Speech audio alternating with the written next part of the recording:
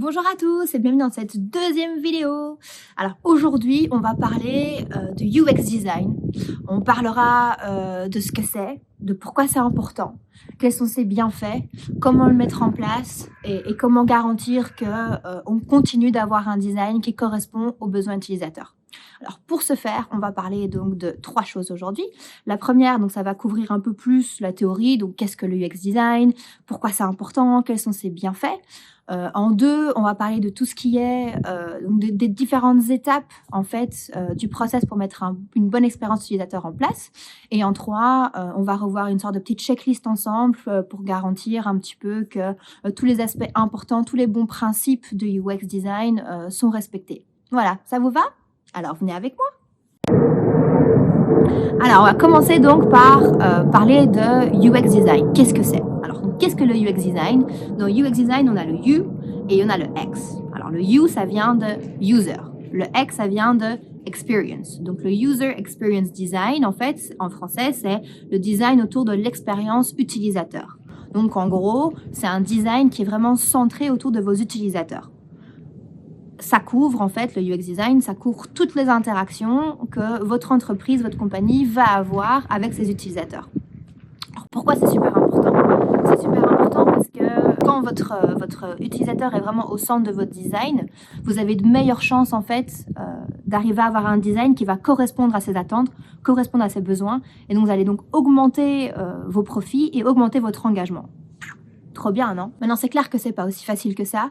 Ce serait trop beau si tout le monde, chacun d'entre nous, pouvait directement arriver à avoir un design qui correspondait directement aux besoins du client. Mais malheureusement, c'est pas aussi facile parce que les besoins de l'utilisateur, les besoins clients changent à travers le temps. Donc, les besoins utilisateurs d'il y a 10 ans sont pas ceux d'aujourd'hui.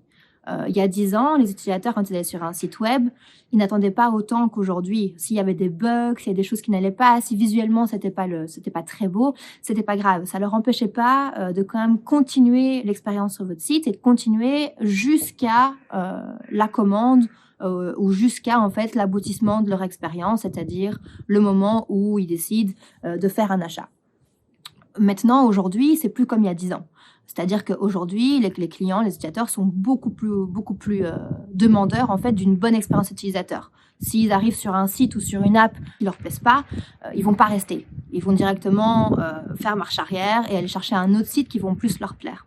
Donc tout ce qui est intuitivité, le côté intuitif d'un site web, tout ce qui est le côté un peu user-friendly d'un site web, le côté performance aussi, tout ça maintenant c'est devenu en fait la base. Si vous n'avez pas ces bases-là, vos utilisateurs vont même pas rester sur votre site. Ils vont arriver sur Google, taper ce qu'ils cherchent, arriver sur votre site, voir que ça correspond pas du tout à ce qu'ils recherchent et que c'est un peu brouillon et que c'est pas clair pour eux.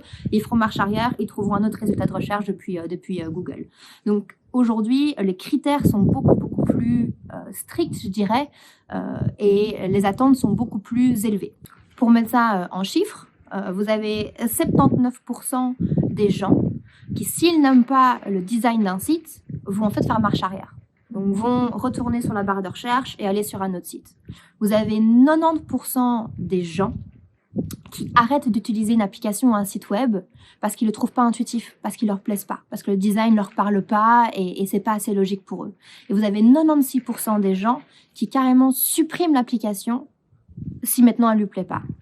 Donc, c'est quand même des chiffres assez élevés, ce qui fait qu'aujourd'hui, grâce au UX design, à cette expérience utilisateur, en fait, on peut arriver à mesurer tout ça sur le site, sur l'app, et faire en sorte donc de minimiser les points un peu painful, donc les points un peu difficiles pour vos utilisateurs, et donc faire en sorte, comme il y a moins de points difficiles, d'augmenter la satisfaction, d'augmenter justement le côté user-friendly, le côté adoption de votre site, qui fera en sorte que l'utilisateur va rester et fera son achat chez vous. Donc en gros, l'UX design, ça permet de pouvoir donc garantir que chacune des interactions que vous allez avoir avec vos utilisateurs soit la meilleure, corresponde à leurs besoins, à leurs attentes, qui fera en sorte qu'ils ne vous quitteront pas durant leur aventure, mais au contraire, qui resteront avec vous et qui feront leur achat donc avec vous.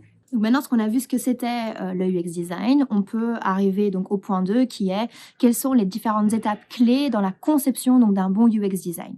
Alors avant de parler des différentes étapes, c'est super important d'avoir un esprit, un mindset, une attitude qui est orientée UX, qui est orientée User at the Center. Donc vraiment, comment faire en sorte de pouvoir arriver à comprendre au mieux le besoin des utilisateurs. Donc, il faut vraiment être curieux, il faut avoir l'esprit ouvert, il ne faut pas avoir peur d'aborder les points qui sont plus douloureux pour vos utilisateurs. Parce qu'une fois que vous aurez compris quels sont les points douloureux, vous saurez comment les contrer et donc comment améliorer en fait ces points douloureux et les transformer en points agréables, ce qui fera en sorte que vous augmenterez donc la fidélisation et la rétention de vos utilisateurs. Et donc, pour pouvoir avoir cet esprit orienté user-centered design, user-centered approach, posez des questions à vos utilisateurs. N'ayez pas peur de leur demander pourquoi ils sont chez vous, pourquoi ils recherchent ceci et pas cela. Posez des questions comme et si je vous offrais ceci, et si vous aviez cela. Donc les why et les what if sont des questions super importantes dans la recherche en fait des besoins utilisateurs. Alors, n'ayez pas peur aussi d'aborder leurs challenges qu'ils ont avec vos compétiteurs, par exemple, ou alors leurs attentes envers votre produit. Qu'est-ce qu'ils attendent de chacune des interactions qu'ils vont avoir avec vous et comment est-ce qu'ils vont réagir face à vos réponses. Alors maintenant qu'on a vu cette partie plus mindset, on peut partir sur donc les 6 étapes clés d'un bon UX design. Alors donc comme première étape dans ce process donc de UX design, vous allez avoir l'étape donc de découverte, discover. Découvrez et comprenez en fait les besoins de vos utilisateurs. Alors on n'aura pas le temps de voir tout dans les détails, mais je voudrais quand même vous partager quelques techniques. Donc on va les lister. Donc on va avoir le fait qu'on peut créer des personas pour pouvoir mieux comprendre le besoin utilisateur. Et alors il y aura différentes méthodes de recherche utilisateur qui existent. On va les citer ici, mais on ne pourra pas donc vraiment les voir en détail. Donc on a par exemple tout ce qui est études de marché. On a tout ce qui est interview ou focus group. On peut aussi avoir des questionnaires qu'on envoie. Donc, dépendamment de là où vous êtes, du business que vous aurez et de vos attentes, il y a l'une ou l'autre méthode de recherche qui correspondra mieux. Donc maintenant, vous avez pu donc découvrir un peu plus sur le besoin de vos utilisateurs, un peu mieux comprendre quelles sont leurs attentes, et il est temps de pouvoir définir votre concept. Donc, qu'est-ce que c'est que vous essayez de créer? Qu'est-ce que c'est que vous allez mettre sur le marché? Donc, pour ce faire, il y a ce qu'on appelle donc une user journey que vous pouvez créer. Donc, en fait, c'est un parcours utilisateur qui va donc définir toutes les étapes clés que votre utilisateur va devoir prendre pour arriver donc à ses objectifs. Alors, ce qui est super important dans ce user journey, en fait, c'est de vous concentrer sur la fonctionnalité de chacun de ces étapes. À quoi ça sert? À quoi cette étape-là va servir? Et surtout, comment elles vont se combiner ensemble. Donc, comment les différentes étapes sont liées. Donc, vous avez le côté fonctionnel de chaque étape, mais vous avez aussi le côté donc lien avec les différentes étapes. Une fois que vous avez ça, vous avez déjà une base de user journey qui pourra après vous servir dans la partie design. Alors, super important à ne pas oublier, c'est comme je vous ai dit au début, il n'y a pas seulement que la partie digitale, il n'y a pas seulement que votre site web. Dans un parcours utilisateur, vous avez aussi, peut-être pas pour tous, mais pour certains, des parties qui sont offline. Donc, ça va être peut-être un magasin, peut-être un customer service ou d'autres choses. Donc, n'oubliez pas de prendre aussi les choses qui sont plus physiques en compte et pas seulement votre site web. Ok, donc maintenant qu'on a décrit un peu plus notre concept et qu'on a créé donc ce parcours utilisateur, on peut passer vraiment sur la partie design. Alors la première chose qu'on va faire attention à cette partie design, c'est donc la partie architecture. Donc comment votre contenu est organisé sur votre site, comment il est labellisé. Une fois que vous avez checké que l'architecture est ok avec votre parcours utilisateur, on peut passer vraiment sur la création donc du design. Alors pour la création du design, il y a différentes étapes aussi. On a la partie donc prototypage. Qui va être simplement en fait dessiner des sketchs très très simples. Donc vraiment les blocs, savoir tiens telle page je veux qu'il y ait un bloc, 2 blocs, je veux que les blocs soient alignés horizontalement, verticalement. Donc c'est vraiment des sketchs très très rough.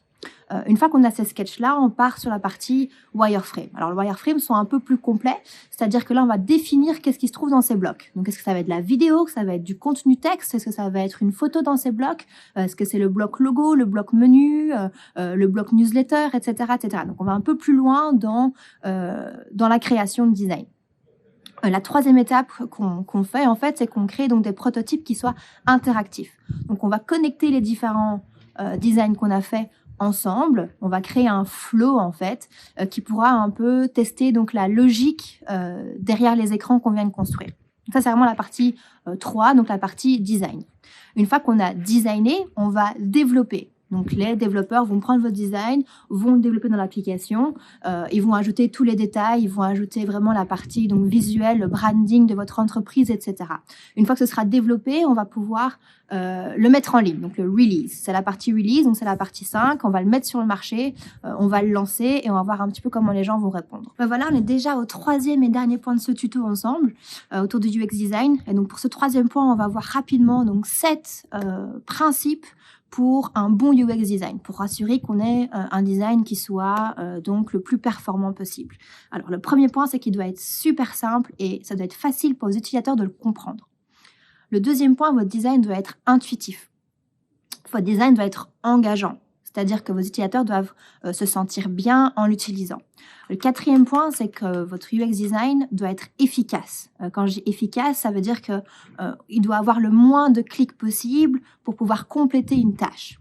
En 5, il faut que les utilisateurs se sentent soutenus, c'est-à-dire que s'ils ont une incompréhension, une question, ils doivent directement pouvoir trouver la réponse sur votre site. En 6, vous avez donc le fait que l'utilisateur doit rapidement en fait pouvoir, comment dire en français, récupérer de ses erreurs. C'est pas très français. Recover. Donc, il doit pouvoir, en fait, si jamais il fait une erreur, il doit pouvoir rapidement revenir sur le bon chemin et faire en sorte donc de retrouver un peu ses marques. Ça, c'est le point 6. Le point 7, c'est en fait la consistance que vous allez avoir au travers de vos différentes pages. Ensuite, une fois que ça a été donc développé et mis en ligne, la dernière phase, c'est vraiment la phase donc de test. C'est la phase de continuous improvement, donc d'amélioration continue de votre design pour vraiment assurer que à tout moment, il correspond donc aux besoins des utilisateurs. Alors, pour la partie test, vous avez différents types de tests que vous pouvez mettre en place. Il y a soit le task-based testing, il y a le A/B testing aussi que vous avez, il y a le real world testing, donc il y a plein de différents tests. Alors le plus simple c'est le task-based testing. Maintenant ça demande que vous soyez derrière les gens pour pouvoir vérifier donc les activités qu'ils font et donc le parcours qui suivent. Et donc c'est très simple. Vous définissez donc un parcours, vous invitez une vingtaine de personnes dans vos bureaux. Alors là, vous proposez donc différents parcours aux utilisateurs et vous êtes derrière pour vraiment donc voir un peu comment ils interagissent avec l'application, avec le site web, voir si ça correspond à ce que vous avez décrit ou bien s'ils suivent tout à fait une autre trajectoire parce qu'ils n'ont pas compris, etc. Donc ça permet vraiment de pouvoir avoir un test en fait directement sur votre application et voir un peu comment les gens y répondent. Donc c'est super intéressant. Le A/B testing, c'est facile aussi à mettre en place, mais c'est un peu différent. A/B test.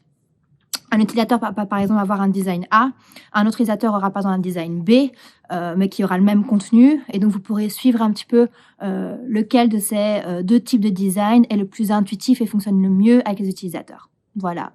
Donc là, maintenant, on a vraiment vu donc les 6 étapes du process dans la création d'un bon UX design. Donc ceci marque la fin de notre tuto orienté UX Design. J'espère qu'il vous a plu, j'espère qu'il vous a aidé, j'espère qu'il vous apportera les outils nécessaires pour maintenant donc vérifier que votre expérience utilisateur est donc optimale et que si elle ne l'est pas, que vous puissiez donc tout mettre en œuvre pour l'améliorer et donc au final avoir de meilleures conversions et avoir des customers qui ont le smile. Prenez soin de vous, j'espère que vous êtes chez vous encore là maintenant et je vous souhaite donc une super journée et à très vite. Ciao!